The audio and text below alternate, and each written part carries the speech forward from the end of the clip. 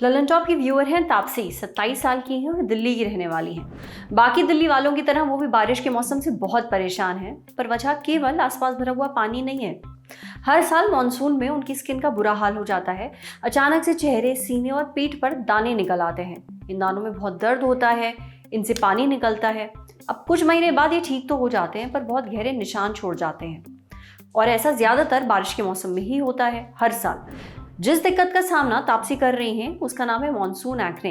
ये एक्ने है जो कि मानसून के महीने में होता है। काफी लोग इस परेशानी से जूझते हैं। तापसी चाहती हैं कि हम अपने शो पर मानसून एक्ने के बारे में बात करें। डॉक्टर से पूछकर बताएं कि बारिश के मौसम में एकाएक दाने ज्यादा क्यों निकलने लगते हैं और इनसे कैसे निपटें।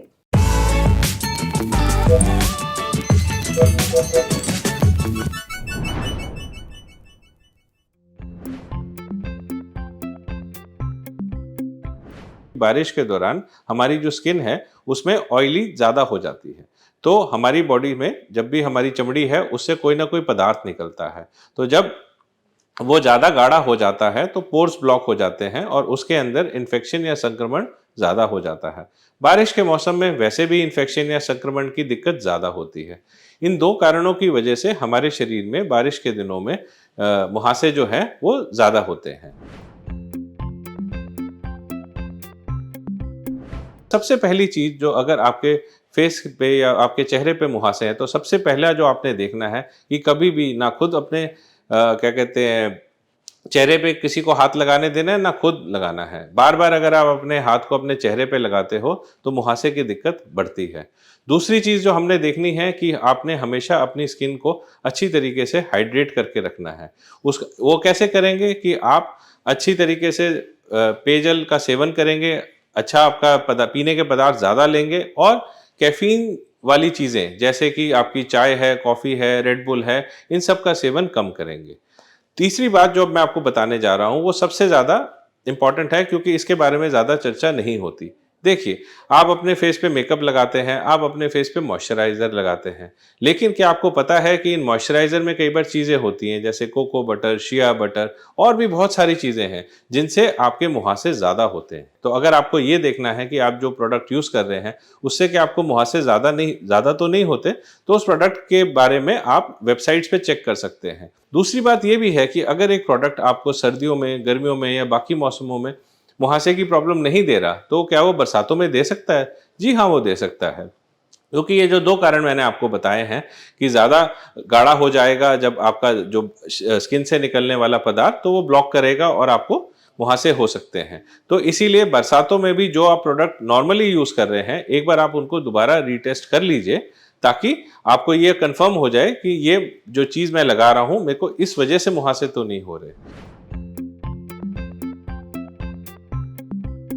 ये सब जानते हैं कि अगर आपने मुहासे को रोकना है तो आपको अपनी स्किन को बड़ा ध्यान रखना पड़ेगा। उसको समय समय पे क्लीन करना पड़ेगा, एक्सफोलिएट करना पड़ेगा, हाइड्रेट करना पड़ेगा। तो ये सब बातें जो है अगर आप इनका ध्यान रखेंगे तो बारिशों में मुहासे आपको कम परेशान करेंगे।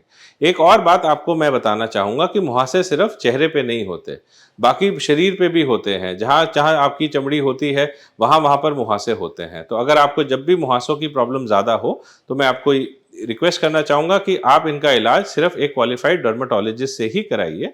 उनके पास जाइए, वो आपको इस चीज़ का ट्रीटमेंट देंगे और वही ट्रीटमेंट सही होगा।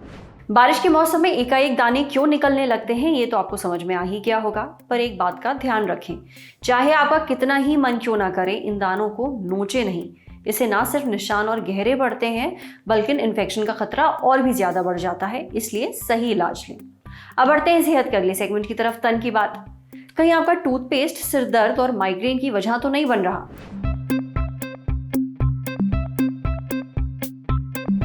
कुछ साल पहले की बात है, एक महिला अपने माइग्रेन से बेहद परेशान थी।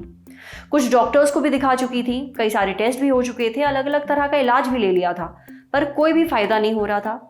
अब इससे पहले उन्हें कभी भी माइग्रेन की समस्या नहीं रही थी, यह अचानक शुरू हुआ था। कई महीने जांच चली, अंत में पता है क्या पता चला? उनके माइग्रेन की वजह थी उनका टूथपेस्ट। अब आप पूछेंगे कि माइग्रेन और टूथपेस्ट के बीच में क्या कनेक्शन है? अब एक बात बताइए, जब आप बाजार से टूथपेस्ट खरीदते हैं तो उसमें क्या क्या मिला है ये चेक करते हैं? नहीं ना। आप खुश हो जाते हैं ये पढ़कर कि वो टूथपेस्ट आपके दांतों को मोती जैसा चमका देगा, मुंह से आपकी परफ्यूम जैसी खुशबू आएगी और उसमें नमक है या नहीं। इतनी बातें जान लेना आपके लिए काफ़ी होता है। इसके आगे आप कुछ नहीं पढ़ते और ना ही जानने की कोशिश करते हैं। अब अगर आपके टूथपेस्ट में एस्पार्टम है तो ये माइग्रेन को ट्रिगर कर सकता है। यही इन महिला के साथ भी हो रहा था। दरअसल एस्पार्टम एक आर्टिफिशियल स्वीटनर के रूप में इस्तेमाल किया जाता है और ये खाने की कई सारी चीज़ों से लेकर टूथपेस्ट में मिठास पैदा करने के लिए इस्तेमाल होता है। कोई भी टूथपेस्ट खरीदने से पहले ये ज़रूर चेक कर लें कि कहीं उसमें एस्पार्टम तो नहीं है। समझे। अब बारी सेहत के आखिरी सेगमेंट की, खुराक यानी झकासी हेल्थ टिप। खाने में ये वाला आर्टिफिशियल स्वीटनर इस्तेमाल करते हैं तो कैंसर का खतरा हो सकता है। अगर आप भी चीनी की जगह आर्टिफिशियल स्वीटनर का इस्तेमाल कर रहे हैं तो सावधान हो जाइए। आमतौर पर आर्टिफिशियल स्वीटनर में एस्पार्टम नाम के केमिकल का इस्तेमाल किया जाता है, जिसके बारे में भी हम बात कर रहे थे। हाल ही में WHO ने एस्पार्टम को लेकर चेतावनी जारी की है। कहा है कि इससे कैंसर का खतरा हो सकता है। इसके बारे में और जानने के लिए हमने बात की डाइटिशियन सुनीता त्रिपाठी और अमृता मिश्रा से। डाइटिशियन सुनीता ने हमें बताया कि आमतौर पर इस्तेमाल होने वाली चीनी के मुकाबले एस्पार्टम 200 गुना ज़्यादा मीठा होता है। इसलिए जो लोग अपनी कैलोरी इंटेक कम करना चाहते हैं वो अक्सर एस्पार्टम का इस्तेमाल करते हैं। यही नहीं, chewing gum, candy, diet cold drinks, ice cream, toothpaste, चबाने वाले विटामिन्स की जो टैबलेट्स हैं वो, कफ ड्रॉप्स और भी बहुत सारी मीठी चीज़ें जो पैक्ड आती हैं, उन सभी में एस्पार्टम डाला जाता है। यानी आप लगभग रोज ही बड़ी मात्रा में इसका सेवन कर रहे होते हैं। लेकिन एस्पार्टम का ज्यादा सेवन कैंसर का खतरा पैदा कर सकता है। WHO का कहना है कि एस्पार्टम का रोज सेवन करने वाले लोग अगर इसको सीमित मात्रा में लें तो कैंसर के खतरे से बचे रह सकते हैं। इसको एक उदाहरण से समझिए। एक हेल्दी इंसान जिसका वजन 70 किलो है, उसके लिए रोजाना 42 ग्राम से ज्यादा एस्पार्टम नुकसानदेह होगा। यानी अगर कोई रोज 200 से 300 मिलीलीटर की डाइट कोल्ड ड्रिंक 9 से 14 कैंस पी रहा है, उसे सावधान हो जाना चाहिए।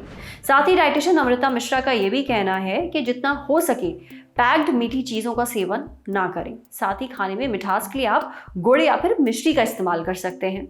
पर हाँ, अगर आप डायबिटीज़ के मरीज़ हैं तो फिर गुड़ और मिश्री कितनी मात्रा में आपको इस्तेमाल करनी है, इसके बारे में अपने डॉक्टर से ज़रूर बात कर लें।